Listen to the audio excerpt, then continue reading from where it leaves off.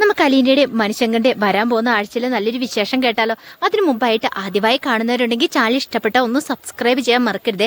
Video ഇഷ്ടപ്പെടുവാണെങ്കിൽ like ചെയ്യാനും നിങ്ങളുടെ വിലയേറിയ അഭിപ്രായങ്ങളൊക്കെ രേഖപ്പെടുത്താനും മറക്കരുത് കേട്ടോ. അപ്പൊ നമുക്ക് നേരെ നമ്മുടെ വിശേഷത്തിലേക്ക് പോയാലോ. അങ്ങനെ വരാൻ പോകുന്ന ദിവസങ്ങൾ സംഭവ ബഹുലമായ നിമിഷങ്ങളിലൂടെയൊക്കെയാണ് നമ്മൾ കടന്നു പോകാൻ പോകുന്നത്. ഒടുവിൽ വൈജയന്തിക്ക് തോറ്റു പിന്മാറേണ്ടതായിട്ട് വന്നു. അലീനയുടെ മുന്നിൽ വലിയ ആളും കളിച്ച് കൊല്ലപ്പള്ളി വീട്ടിൽ അലീനയെ വെല്ലുവിളിച്ചിട്ട് പോയതാ. നീ ഇനി ഇവിടുന്ന് പോയാൽ മാത്രമോ ഞാൻ തിരികെ വരുവോളെന്നൊക്കെ പറഞ്ഞ് ഒടുവിൽ അങ്ങനെ തോറ്റു തുന്നം പാടേണ്ടി വന്നു. കാരണം വൈജയന്തിക്ക് മനസ്സിലായി താനിനി എന്ത് ചെയ്തിട്ടും കാര്യമില്ല, അലീന അവിടുന്ന് പോകത്തില്ല, ബാലേന്ദ്രൻ അവളെ തിരികെ വിടില്ലെന്നൊക്കെ ഉള്ള കാര്യം. ഒടുവിൽ നാണം കെട്ട് തിരികെ വീട്ടിലേക്ക് വരുവാണ്. ഇതിനു വേണ്ടി മാത്രമാണ് സിംഗപ്പൂരുള്ള രാജീവ് വന്ന് പ്രശ്നം ഒന്ന് കോംപ്രമൈസ് ആക്കാനായിട്ട്. അങ്ങനെ ബാലേന്ദ്രനെ കാണാനായിട്ട് ചെല്ലുന്നുണ്ട്. അങ്ങനെ ബാലേന്ദ്രനെ കണ്ട് സംസാരിക്കണ സമയത്ത് ബാലേന്ദ്രൻ പറഞ്ഞു, ഒരു കാര്യം ഞാൻ പറഞ്ഞേക്കാം, വൈജയെ തോന്നിയ ദിവസം പോയതാണ്, അവൾ സ്വന്തം ഇഷ്ടപ്രകാരം പോയതാണ്. അവളെ തിരിച്ചു വിളിക്കാതിരിക്കോ അതൊന്നും എൻ്റെ കാര്യങ്ങളല്ല, എനിക്ക് അതിൻ്റെ ആവശ്യമില്ല. അവൾ പോയിട്ടുണ്ടെങ്കിൽ പോയ പോലെ തന്നെ തിരിച്ചു വന്നോളും. ഏതും പറഞ്ഞുകൊണ്ട് എന്നെ ശല്യപ്പെടുത്താനായിട്ട് വന്നേക്കല്ലേ. പിന്നെ കൈതക്കൽ മാളി വീട്ടിലെ കാര്യങ്ങളൊന്നും കൂടുതൽ എന്നോട് പറയാതിരിക്കുന്ന ഭേദം. കാരണം ഇതിനു മുമ്പ് നടന്ന പല സംഭവങ്ങളും ഞാൻ കൂടുതൽ വിസ്തീരിക്കേണ്ട ആവശ്യമില്ല രാജീവിനോട്. അങ്ങനെ രാജീവിന് ബാലേന്ദ്രന്റെ മുന്നിൽ പിടിച്ചു നിൽക്കാൻ പറ്റിയില്ല, കോംപ്രമൈസ് ആക്കാൻ വേണ്ടി വന്ന. പക്ഷെ ബാലേന്ദ്രന്റെ ചോദ്യത്തിന് മുന്നിൽ രാജീവ് പത്തി മടക്കുവാണ്. ഒടുവിൽ രാജീവിന് മനസ്സിലായി ഇതങ്ങനെ പെട്ടെന്ന് തീരുന്ന കാര്യമൊന്നുമല്ല, എന്തൊക്കെയോ ബാലേന്ദ്രൻ മനസ്സിലാക്കിയിട്ടുണ്ട്. അതുകൊണ്ടാണ് ഇങ്ങനെ ഒരു കാര്യങ്ങളൊക്കെ പറയണേ. അതിനേക്കാളും ഭേദം അതിന് മുതിരാതിരിക്കുന്ന നല്ലത്. പിന്നീട് ഗംഗാധരനെ വിളിച്ചിട്ട് കാര്യങ്ങളൊക്കെ പറയണം. എല്ലാം കേട്ട് കഴിഞ്ഞപ്പോഴത്തേനും ഗംഗാധരൻ രാജീവിനോട് പറഞ്ഞു, ഇതേ രാജീവേ, നീ തൽക്കാലത്തേക്ക് അതിനകത്ത് ഇടപെടാതിരിക്കുന്ന നല്ലത്. അതുമാത്രമല്ല, അവിടുത്തെ കാര്യങ്ങളൊക്കെ അറിയാലോ. നീ പോയി ആ പെങ്കൊച്ചിനെ കണ്ടല്ലേ, നല്ല മിടിക്കുക അവളെ പറഞ്ഞു വിടണമെന്ന് വൈജയന്തി എന്തുകൊണ്ടാണ് വാശി പിടിക്കണമെന്ന് എനിക്കറിയത്തില്ല. പിന്നെ അവൾ ആ പെങ്കൊച്ചിനെ കുറ്റപ്പെടുത്തുന്നുണ്ട്. അവൾ പെർഫെക്റ്റ് ആണോ? ഒരിക്കലും അല്ല. പിന്നെ അവൾക്ക് എന്താ അവകാശമുള്ളത് കുറ്റപ്പെടുത്താനായിട്ട് എന്നൊക്കെ പറഞ്ഞു കുറേ ചീത്ത പറഞ്ഞു. രാജീവിനെ അവിടെ ചെന്ന് കഴിഞ്ഞപ്പോൾ അലീനയുടെ പെരുമാറ്റമൊക്കെ കണ്ടു കഴിഞ്ഞപ്പോൾ തന്നെ രാജീവിന് മനസ്സിലായി അവൾ ആളും മിടിക്കുകയെന്നുള്ള കാര്യം. പക്ഷേ എങ്കിൽ വൈജയന്തിക്കാണെങ്കിലോ അവളെ പറഞ്ഞു വിടണമല്ലോ. ഒടുവിൽ രാജീവിനും തോറ്റു പിന്മാറുവാണ്. രാജീവും പറഞ്ഞു, വൈജയന്തിയെ വിളിച്ചിട്ട് പറഞ്ഞു, തൽക്കാലത്തേക്ക് ഒരു കാര്യം ചെയ്യുക, നീ അവിടെ നിന്നിട്ട് കാര്യമില്ല, നീ ഇങ്ങോട്ടേക്ക് വാ, നീ ഇവിടെ വന്ന് നിൽക്കുക, നീ അവിടെ പോയി നിന്നിട്ട് കാര്യങ്ങളൊക്കെ എങ്ങനെയും ശരിയാവുന്നേ. കാരണം വീട്ടിൽ വന്ന് നിന്നാലെങ്കിലല്ലേ കാര്യങ്ങളൊക്കെ മുന്നോട്ട് പോകത്തുള്ളൂ. അല്ലെങ്കിലും അലീനെ ഇവിടെ നിർത്തിയിട്ട് നീ അവിടെ പോയി നിൽക്കുന്നത് ശരിയല്ല എന്നൊക്കെ പറഞ്ഞുകൊണ്ട് രാജീവ് വിളിച്ചു. ഒടുവിൽ വൈജയന്തിക്ക് തിരിച്ചു വരേണ്ടതായിട്ട് വന്നു. നാണം കെട്ട് വൈജയന്തി കടപ്പാട്ടി വീട്ടിലേക്ക് വരുവാണ്. പക്ഷേ അങ്ങനെയൊക്കെ സമ്മതിച്ചു കൊടുക്കാനായിട്ട് വൈജയന്തി ഉദ്ദേശിച്ചിട്ടുണ്ടായിരുന്നില്ല. വന്നാലും വീണ്ടും അലീനയെ ഓരോ കാര്യം പറഞ്ഞ് ടോർച്ചർ ചെയ്യാൻ തുടങ്ങി. ബാലേന്ദ്രൻ വിട്ടുകൊടുക്കുവോ?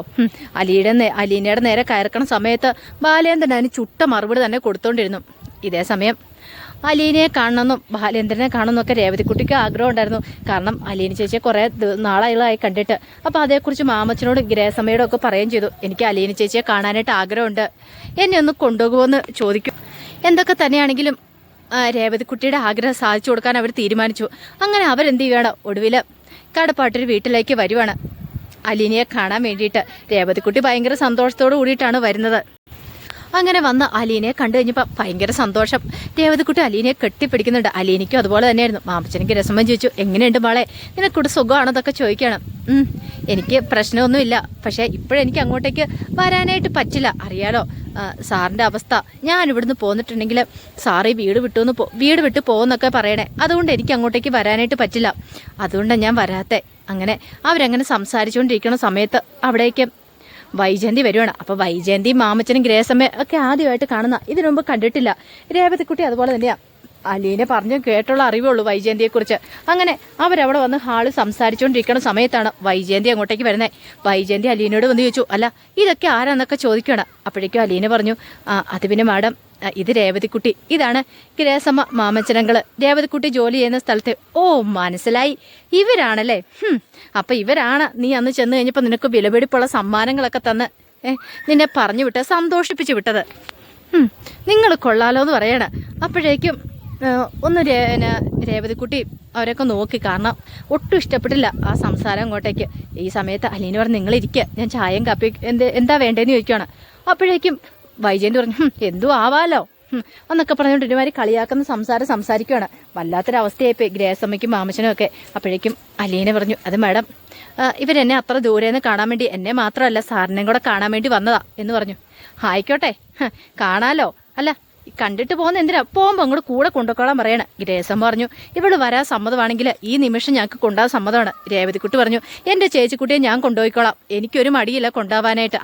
പിന്നെന്തിനാ മടിച്ചിരിക്കുന്നേ, ആവാലോ കൊണ്ടുപോയിക്കോളാലോ, ഇപ്പൊ തന്നെ ഇങ്ങോട്ട് കൊണ്ടുപോയിക്കോളാൻ പറയണ. ആ സമയത്ത് ബാലക്കണ്ണയുടെ അങ്ങോട്ട് ബാലേന്ദ്രൻ വരുന്നേ. ബാലേന്ദ്രൻ അപ്പം അങ്ങോട്ടേക്ക് വരുമെന്ന് വൈജയന്തി ഒട്ടും പ്രതീക്ഷിച്ചില്ല. വൈജയന്തിയോട് ചോദിച്ചു, ആരോട് ചോദിച്ചിട്ടാ നീ അലീനയെ പറഞ്ഞു വിടാൻ തുടങ്ങുന്നേ? അതിപ്പം ഞാൻ ആരോടെങ്കിലും ചോദിക്കേണ്ട കാര്യമുണ്ടോ? എനിക്കതിൻ്റെ കാര്യമൊന്നുമില്ല. ഞാനൊരു കാര്യം തീരുമാനിച്ചു കഴിഞ്ഞു. അതെ, നിന്റെ വീട്ടില്, ആ കൈതയ്ക്കൽ മാളിക വീട്ടില്, പക്ഷേ ഇതേ കടപ്പാട്ടൂർ വീട്ടില് നെടുമ്പൊരിക്കൽ ബാലേന്ദ്രന്റെ വീടാ. ഇവിടെ തീരുമാനങ്ങളൊക്കെ എടുക്കുന്നത് ഞാനാ. ഓ, അപ്പൊ ഇവള് പോകുന്നത് നിനക്ക് അങ്ങ് സഹിക്കുന്നില്ലല്ലേ? ഇല്ല, നിനക്ക് പറ്റില്ലെങ്കിൽ നീ പൊക്കോ, പക്ഷെ അവളെ പറഞ്ഞുവിടാൻ ഞാൻ സമ്മതിക്കില്ല. അവൾ ഇവിടെ വേണം. അവൾ എൻ്റെ അറിയാലോ ആരാന്ന്, അഡീഷണൽ പ്രൈവറ്റ് സെക്രട്ടറിയാ. അവൾ എൻ്റെ കൂടെ എപ്പോഴും ഉണ്ടായിരിക്കണം. പ്രൈവറ്റ് സെക്രട്ടറി നിങ്ങളുടെ, എന്നെ കൊണ്ട് കൂടുതലൊന്നും പറയിപ്പിക്കരുത് എന്നൊക്കെ പറഞ്ഞുകൊണ്ട് കുറെ ചീത്ത പറഞ്ഞുകൊണ്ടിരിക്കുകയാണ്. വൈജയന്തിയുടെ സംസാരമൊക്കെ ഇട്ടിഞ്ഞപ്പോൾ അലീനയ്ക്ക് നല്ല വിഷമം ഉണ്ടായിരുന്നു. അപ്പോഴേക്കും ബാലേന്ദ്രൻ പറഞ്ഞു, ബാ നിങ്ങൾ ഇങ്ങോട്ട് കയറി വരാൻ പറയണ. അങ്ങനെ ഗ്രേസമ്മേനും മാമച്ചാനങ്ങളൊക്കെ അങ്ങോട്ട് മുറിയിലേക്ക് വിളിപ്പിച്ചു. അങ്ങനെ അവർ വന്നു കഴിഞ്ഞപ്പോഴത്തേനും പറഞ്ഞു, വൈജയുടെ സ്വഭാവം അറിയാലോ, അവളെ അടക്കി നിർത്താൻ ഒരുക്കിക്കൊണ്ടിരിക്കുക ഞാൻ. അവളെ ചെങ്ങലക്കിടാൻ തുടങ്ങുക. നിങ്ങൾ അതൊന്നും കണ്ട് പേടിക്കണ്ട. പിന്നെ അലീനയെ കൂട്ടിക്കൊണ്ട് പോകാൻ വന്നാണെങ്കിൽ അവളെ ഞാൻ പറഞ്ഞു വിടത്തില്ല എന്ന് പറഞ്ഞു. അപ്പോഴേക്കും ഗ്രേസം പറഞ്ഞു, അല്ല, ഇവിടെ അവൾക്ക് നിൽക്കാൻ ബുദ്ധിമുട്ടുണ്ടെങ്കിൽ അവൾക്ക് എന്ത് ബുദ്ധിമുട്ട്? ഇവിടെ അവൾക്കൊരു ബുദ്ധിമുട്ടുമില്ല. നിങ്ങൾ അവളെ വിളിച്ചോണ്ട് പോകണ്ട, അല്ലെങ്കിൽ ഞാൻ പറഞ്ഞു വിടാനൊന്നും പോകുന്നില്ല. ഈ സമയത്ത് വൈജയന്തിക്കാണ് കട്ടക്കലിപ്പായിരുന്നു. അപ്പോഴേക്കും അലീന അവർക്ക് ജ്യൂസൊക്കെ കൊണ്ടേ കൊടുക്കുവാണ്. രേവതിക്കുട്ടി അലീനയും വിളിച്ചോണ്ട് അങ്ങോട്ട് മാറിപ്പോയി. എന്നിട്ട് പറഞ്ഞു, ഓ ദൈവമേ, ഇത്രയ്ക്ക് വൃത്തിയായിട്ടൊരു തള്ളയായിരുന്നോ? ചേച്ചി പറയുമെങ്കിൽ ഞാൻ ഇത്രയ്ക്ക് പ്രതീക്ഷിച്ചില്ല കേട്ടോ. ഓ കഷ്ടം തന്നെ എന്നൊക്കെ പറയണ. അപ്പോഴേക്കും അലീന പറഞ്ഞു, ഒന്ന് പതുക്കെ പറ. പിന്നെ പുതക്കെ പറയാനായിട്ട് ഞാനൊക്കെയാണ് പണ്ടേ അവരുടെ കർമ്മത്തിന് ടൊർണം കൊടുത്തിട്ട് ഇവിടെ ഇറങ്ങിപ്പോയനും. ചേച്ചി എന്തിനാ ചേച്ചി ഇങ്ങനെ കടിച്ചു പിടിച്ച് ഇവിടെ നിൽക്കുന്നേ? അല്ല, സാറിനെ കണ്ടില്ലേ? സാർ എന്താളും പൊളിയാട്ടോ. ശരിക്കും പറഞ്ഞാല് ആ സാറില്ലായിരുന്നെങ്കിലോ? അത് ശരിയാ മോളെ, ബാലേന്ദ്രൻ സാറില്ലായിരുന്നു ഞാൻ പണ്ടേ ഇവിടുന്ന് പോന്നേനും. പക്ഷെ എനിക്കിപ്പോൾ ഒന്നും ചെയ്യാൻ പറ്റത്തില്ലല്ലോ. സാറിനെ വേദനിപ്പിച്ചുകൊണ്ട് എനിക്ക് ചെയ്യാൻ പറ്റില്ല. പാവ ആള്, അതെനിക്കറിയാം. പക്ഷെ ചേച്ചി ഒരു കാര്യം ചെയ്യുക, ചേച്ചിക്ക് ഇവിടെ നിൽക്കാൻ പറ്റില്ല, ഞങ്ങളോട് പോരെ. ഞാൻ എങ്ങനെയാ വരുന്നേ? ഞാനിപ്പോൾ വരുന്നില്ല എന്ന് പറയാണ്. ഒരു പക്ഷെ ഞാൻ ഇവിടെ നിന്ന് ഇറങ്ങിയിട്ടുണ്ടെങ്കിൽ ആ സമയത്ത് തന്നെ സാറ് ഇവിടെ നിന്ന് ഇറങ്ങും. അത് കുടുംബത്തിൽ വേറെ പല പ്രശ്നങ്ങളൊക്കെ ഉണ്ടാക്കും എന്നൊക്കെ പറയണം. പിന്നീട് രേവതിക്കുട്ടിയുടെ അവിടുത്തെ വിശേഷങ്ങളൊക്കെ ചോദിക്കുകയാണ്. ഷെറിനെ കുറിച്ച് അന്വേഷിച്ചോ? അപ്പോൾ ആ കാര്യങ്ങളൊക്കെ രേവതിക്കുട്ടി ഇങ്ങനെ അലീനയോട് പറഞ്ഞു. അതേസമയം വൈജയന്തി കട്ടക്കലിപ്പ് മുറിയിലിരിക്കുകയാണ്. എല്ലാവരുടെയും മുന്നിൽ വെച്ച് തന്നെ നാണം കെടുത്തി. ബാലേന്ദ്രന് ഇപ്പൊ കുറച്ച് കൂടുന്നുണ്ട്. ഇതെങ്ങനെ വെറുതെ വിട്ടിട്ട് കാര്യമില്ല. പുറമേ നിന്നൊരാൾ വന്നു കഴിയുമ്പോൾ ജോലിക്കാരുടെ മുന്നിൽ നിർത്തിയാൽ തന്നെ നാണം കെടുത്തുന്നേ. അങ്ങനെ കുറെ സമയം ബാലേന്ദ്രനും മാമച്ചനും ഗ്രേസമ്മയൊക്കെ സംസാരിക്കുന്നുണ്ട്. കാരണം അസുഖത്തെക്കുറിച്ചൊക്കെ അന്വേഷിക്കുന്നുണ്ട്. അതിനുശേഷം അവർ പോകാൻ ഇറങ്ങിക്കഴിഞ്ഞപ്പോൾ ബാലേന്ദ്രൻ പറഞ്ഞു, അലീനയെക്കുറിച്ച് ഓർത്ത് വിഷമിക്കൊന്നും വേണ്ട കേട്ടോ, നിങ്ങൾ ധൈര്യമായിട്ട് പോയിക്കോ. അവൾക്കൊരാപത്തൂടെ ഉണ്ടാകാൻ പോകുന്നില്ല. അവള് എനിക്ക് മകളെ പോലെയാണ്. അപ്പോഴേക്കും ഗ്രേസമ്മ പറഞ്ഞു, അതൊക്കെ രേവതിക്കുട്ടി ഞങ്ങളോട് പറഞ്ഞിട്ടുണ്ട്, ബാലേന്ദ്രൻ സ്വന്തം മകളെ പോലെ അവളെ കാണുന്നതെന്നുള്ളത്.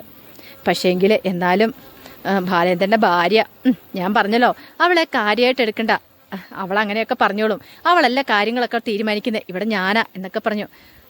അങ്ങനെ അവരങ്ങോട്ട് പോകാൻ തുടങ്ങിയപ്പോഴത്തേനും അലീനയോട് പറഞ്ഞു, മോളെ നിനക്ക് ഇവിടെ നിൽക്കാൻ മടിയണ്ട, പറഞ്ഞേരെ, നീ അങ്ങോട്ടേക്ക് പോരെ, അവിടെ വന്ന് കഴിയുമ്പോൾ പറഞ്ഞാൽ മതി, ഒരു വാക്ക് പറഞ്ഞാൽ മതി, ഞങ്ങൾ എവിടെയായാലും നിനക്കൊരു ജോലിയൊക്കെ സംഘടിപ്പിച്ചു തരാം.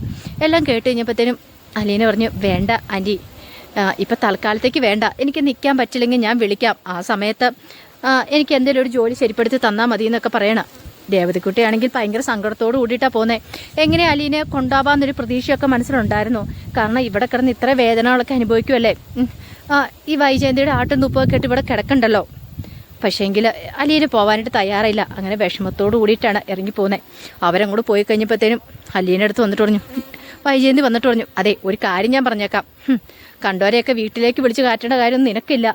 അലീന പറഞ്ഞു, കണ്ടോരാന്ന് ആരാ പറയണേ? രേവതിക്കുട്ടിയല്ലേ എൻ്റെ അനുജത്തിയാ. പിന്നെ നിന്റെ അനുജത്തി എന്ന് പറഞ്ഞാൽ നിന്റെ സ്വന്തം ചോരയൊന്നും അല്ലല്ലോ, ഒരു ഓർഫനേജിലുള്ളതല്ലേ. അതിന് അവളുമാരൊക്കെ എത്രക്കാരാന്ന് ആര് കണ്ടു? ഇനി മേലെ ഇത്രക്കാരെ ഒന്നും വീട്ടിലേക്ക് വിളിച്ച് കയറ്റിയേക്കല്ലോ. അതൊക്കെ പറഞ്ഞ് അലീനയോട് കുറേ ദേഷ്യപ്പെട്ടു. അലീന അത് വലുതായിട്ട് മൈൻഡ് ചെയ്യാനൊന്നും പോയില്ല. അലീനയ്ക്കറിയാം കാരണം വൈജയുടെ സ്വഭാവം എന്താന്ന്. ഇപ്പൊ ഒന്നാമത്തെ കാര്യം തോറ്റു പിന്നെ മടങ്ങി വന്നതിൻ്റെ ആ ഒരു ദേഷ്യവും കൂടെ വൈജയന്തിക്കുണ്ടായിരുന്നു. ഇതേസമയം രാജീവൻ പോയിട്ടുണ്ടായിരുന്നില്ല. രാജീവന് കൊല്ലപ്പള്ളി വീട്ടിലുണ്ടായിരുന്നു. അപ്പം അങ്ങനെ തോറ്റു മടങ്ങാനായിട്ട് രാജീവൻ തയ്യാറായില്ല. ഒടുവിൽ മണിശങ്കറെ ജോലി സ്ഥലത്ത് നിന്ന് വിളിച്ചു വരുത്തുക. അപ്പം മണിശങ്കറും ബാലേന്ദ്രനും കൂടെ കൂടിയിട്ടാണല്ലോ അലീനയെ കൂട്ടിക്കൊണ്ട് വന്നേ. അതിനുശേഷം പറഞ്ഞു, അതെ ഒരു കാര്യം ഞാൻ പറയാം, നീയും ബാലേന്ദ്രനും കൂടെ കൂടിയാണ് അലീനയെ കൂട്ടിക്കൊണ്ട് വന്നേ. അതുകൊണ്ട് നീ തന്നെ ഒരു കാര്യം ചെയ്യണം, എവിടെയാന്ന് വെച്ചാൽ അവളെ കൊണ്ടേ ആക്കണം. ഇനി അവളെ ഇവിടെ വേണ്ടാന്ന് പറയണം. അപ്പോഴേക്കും മണിശങ്കർ പറഞ്ഞു, അത് പറ്റില്ല, ഞാൻ മുത്തശ്ശന് വാക്ക് കൊടുത്താ അവളെ കൈവിടില്ലാന്ന്. ഇത് കേട്ട് കഴിഞ്ഞപ്പോഴത്തേനും ഭയങ്കര ദേഷ്യമായിപ്പോയി രാജുവിന്. രാജുവും പറഞ്ഞു, നീ എന്ത് കണ്ടിട്ടാടാ മനു അവളെ കൂട്ടിപ്പിടിച്ച് കൊണ്ടു കിടക്കുന്നത്? നിനക്ക് നാണമില്ലേ? ഏതോ ഓർഫനേജ് പറഞ്ഞ വെറും ഒരു പെണ്ണ് ആയിക്കോട്ടെ അങ്കളെ, പക്ഷെ അവളെ ഞാൻ ഇവിടുന്ന് പറഞ്ഞു വിടാൻ പോകുന്നില്ല. ഇനി അവളെ ഇവിടുന്ന് പറഞ്ഞു വിട്ടാലും ശരി, അത് അങ്കിള് പറയണം. ബാലേന്ദ്രൻ അങ്കിള് പറഞ്ഞാൽ മാത്രമേ പറഞ്ഞു വിടത്തുള്ളൂ. പിന്നെ ഇതിപ്പം രാജീവങ്ങൾ ഇത്ര നിർബന്ധം എന്താ? പിന്നെ ആൻറ്റി പറഞ്ഞുകൊണ്ടായിരിക്കുമല്ലേ എന്നൊക്കെ ചോദിച്ചു. ആൻറ്റി പറഞ്ഞുകൊണ്ടൊന്നും അല്ല, ഞാൻ ഇങ്ങോട്ടേക്ക് വന്നത് തന്നെ, സിംഗപ്പൂരിൽ നിന്ന് ഇങ്ങോട്ടേക്ക് വന്നതിന് എന്തിനാണെന്നറിയാവോ? അവളെ ഈ വീട്ടിൽ നിന്ന് പറത്താൻ വേണ്ടിയിട്ടാ. നീ ആയിട്ട് ഇടയ്ക്കൊരു പ്രശ്നം ഉണ്ടാക്കരുത്. ഞാൻ എന്ത് പ്രശ്നം ഉണ്ടാക്കാനായിട്ട്?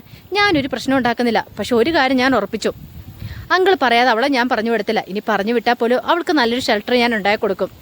ഇതിനേക്കാൾ സുഖവും സുന്ദരമായിട്ട് അവൾക്ക് ജീവിക്കുകയും ചെയ്യാം. പിന്നെ അവൾക്ക് ഇങ്ങനെ ഇവിടെ കിടന്ന് അടിമപ്പണിയും ചെയ്യേണ്ടി വരത്തില്ല, കടപ്പാട്ടൊരു വീട്ടിൽ കിടന്നിട്ട്. അതെല്ലാം കേട്ട് കഴിഞ്ഞപ്പം രാജു പറഞ്ഞു, അപ്പം നീയും കൂടെ കൂടി ചേർന്നിട്ടല്ലേ നിന്റെ ബാലേന്ദ്രനെ സപ്പോർട്ട് അവൾക്കുണ്ട്, അതുകൊണ്ട് അവൾ ഇങ്ങനെ പെരുമാറുന്നേ. അല്ലെങ്കിൽ ഒരു കാരണവശാലും അവൾ ഇങ്ങനെയൊന്നും പെരുമാറത്തില്ല ഇതൊക്കെ പറഞ്ഞുകൊണ്ട് കുറെ ചീത്ത പറഞ്ഞു.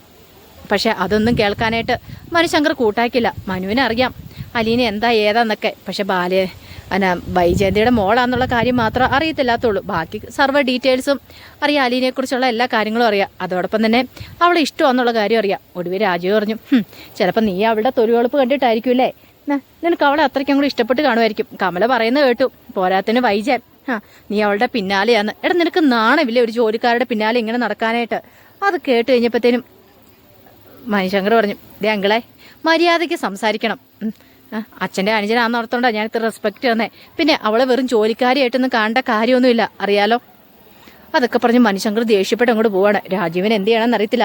എങ്ങനെയെങ്കിലും അവളെ ഇവിടുന്ന് കെട്ടിക്കാന്നൊരു പ്രതീക്ഷയൊക്കെ ഉണ്ടായിരുന്നു. പക്ഷേ അത് നടക്കാതെ വന്നു കഴിഞ്ഞപ്പോഴത്തേനും അതിൻ്റെതായ കുറേ ടെൻഷനും കാര്യങ്ങളൊക്കെ രാജീവിൻ്റെ മനസ്സിലുണ്ടാവണം. ഉദ്ദേശിച്ച് വന്ന കാര്യങ്ങളൊന്നും നടന്നില്ല. സിംഗപ്പൂരിൽ നിന്ന് ഇവിടം വരെ വിഷമിച്ച് വന്നതാണ്. പക്ഷെ അത് നടക്കാത്തതിൻ്റെ ഒരു ബുദ്ധിമുട്ടും കാര്യങ്ങളും. അപ്പം അതിൻ്റെ വിശേഷങ്ങളൊക്കെ കാണാൻ പോകുന്നത്. വൈജയന്തിക്ക് നല്ല പണി തന്നെയാണ് ഇനി വരുന്ന ദിവസങ്ങൾ കിട്ടാൻ പോകുന്നത്. വൈജയന്തിയുടെ ഉദ്ദേശങ്ങളൊന്നും നടക്കാനും പോകുന്നില്ല.